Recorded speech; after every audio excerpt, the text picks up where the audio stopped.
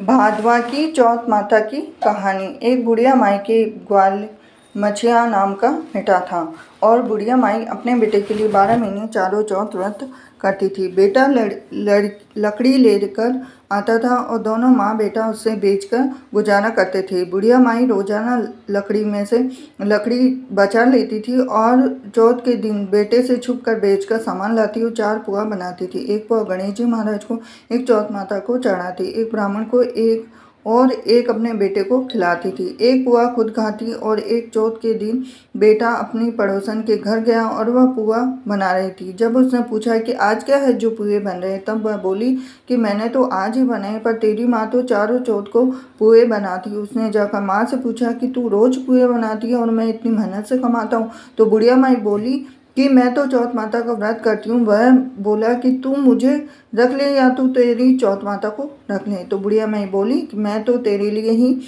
चौथ का व्रत करती हूँ, इसीलिए मैं तुझे छोड़ नहीं सकती हूँ, चौथ माता को नहीं। जब बेटा घर से जाने लगा तो बुढ़िया माई बोली कि तू जा रहा है तो मेरे हाथ में से यह आखा लेते जा, संकट आए तो वहाँ पूर देना। तो बेटे ने सोचा कि बात झूठी है, पर चलने में क्या बुराई है। वह चलने लगा और वह थोड़ी दूर पहुंचा तो उसने देखा कि खून की नदी बह रही थी।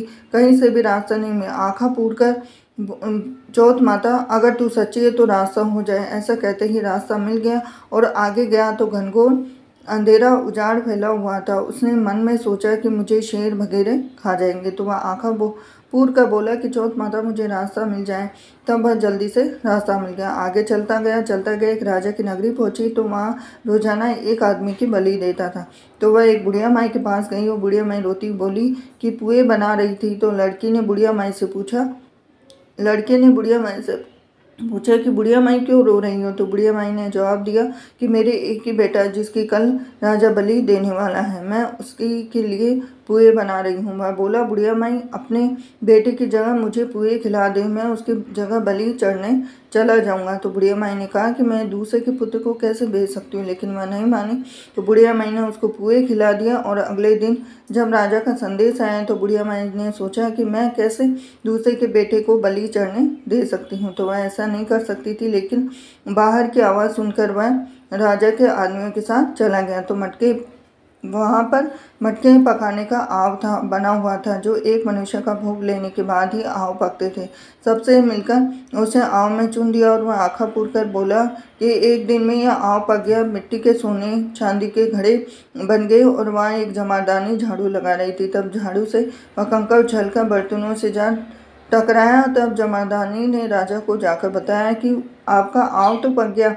वह राजा सोचा कि 8 दिन में पकता है, आज एक दिन में कैसे पक गया। जब जाकर देखा तो वहाँ मिट्टी के मटके की जगह हीरे मोती और सोने चांदी के कलश हो गए और अंदर से आवाज़ आई कि धीरे से उतरो, अंधा आदमी है। तो आवाज़ को सुनकर राजा के आदमी डर गए और अंदर कौन सा भूत प्रेत आ गया है। फिर वह बोला कि डरो मत, मैं तो सिर्फ एक आदमी हूँ जिसको तुमने अंदर चुना था। देखा तो अंदर हरे हरे ज्वारे उगे हुए थे। तो राजा ने पूछा कि तू अंदर जीवित कैसे बच गया। तब उसने बताया कि मेरी माँ चौथ माता का व्रत करती थी। जब मैं घर से निकला था तो मेरी माँ ने मुझे आँखा दिए थे, तो मैं उन्हीं को पूर कर बैठा था, चौथ माता के कारण बच गया। तब राजा ने कहा कि मैं तेरे को एक घोड़े पर बैठाकर सांकल बांध देता हूँ, यदि वह सुनकर खुलकर मेरी बन जाएगी तो मैं तेरी चौथ माता को सच्ची मान लूँगा। जब वह आँखें पूर कर बैठ गया तो चौथ माता से कहने लगा, हे चौथ माता, अब तो मेरी ही लाज रखना। तब सांकल खुलकर राजा के बन गई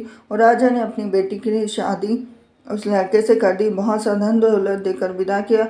पड़ोसन बोली कि माए तेरी बेटी बहू आ रही है। जब छत पर देखा तो वह सच में बेटे बहू आ रहे थे। तो हे चौथ माता, जैसे आपने बुढ़िया और उसके बेटे पर कृपा बनाई, वैसे सभी पर कृपा बनाना और भादवी की चौथ माता की व्रत की कहानी सुनने वाले, हुकारा भरने वाले को पूरे परिवार पर अपनी कृपा बनाना।